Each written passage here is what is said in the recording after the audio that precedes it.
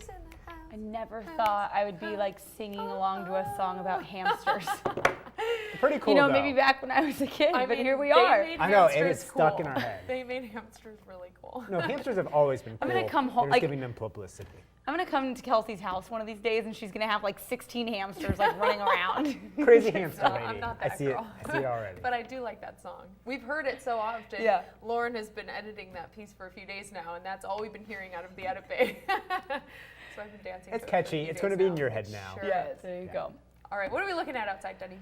Well, aside from hamsters in the house, we're also looking at a decent start to the work week. Sunshine today. Another round of wet weather coming our way tomorrow and Wednesday, along with some cooler temperatures. So enjoy those 60s today.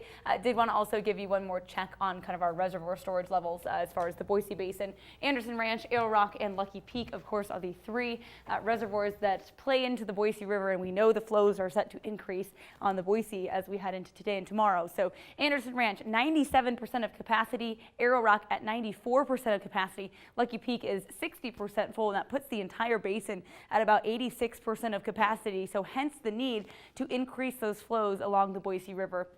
So of course we'll be monitoring this and paying attention to it as we get more rain coming in from the Pacific and more runoff likely in the mountains too. Overall, we're looking at temps in the 30s most everywhere you go. A nice start to the day up toward McCall. Look at the nice thin layer of clouds there out over Payette Lake, but beautiful start. Still plenty of snow you can see up on the tops of the Pioneer Mountains out there from Sun Valley, and we are in the upper 30s here. So it's cold even in the Boise area. Some spots in the valley actually in the mid 30s too. So winter-like coat, probably not a terrible idea this morning. Calm winds, humidity at 73%. Overall, we will be mild this afternoon. Temps again warming up into the mid 60s across the valley. So a comfortable day, not as warm as I think many of us may like to see it this time of the year, but shouldn't feel too bad out there.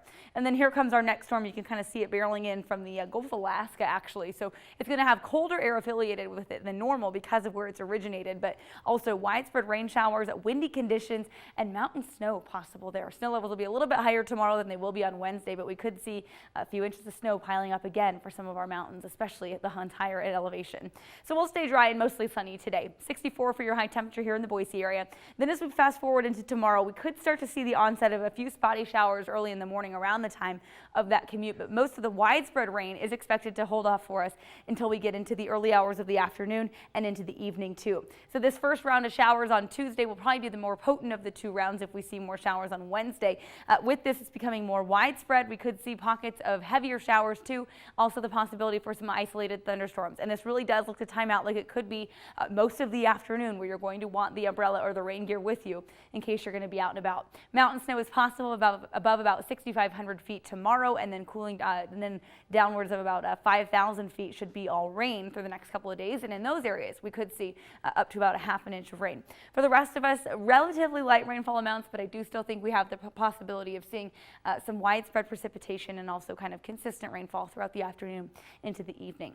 Today, though, and kind of forget about it, I mean, it'll look completely different than it will tomorrow. We'll see plenty of sunshine with a few more clouds streaming in a little bit later, but our daytime high is 64 today. We'll drop you about 10 degrees, 5 to 10 degrees tomorrow with the rain and the onset of that cold front that will push through.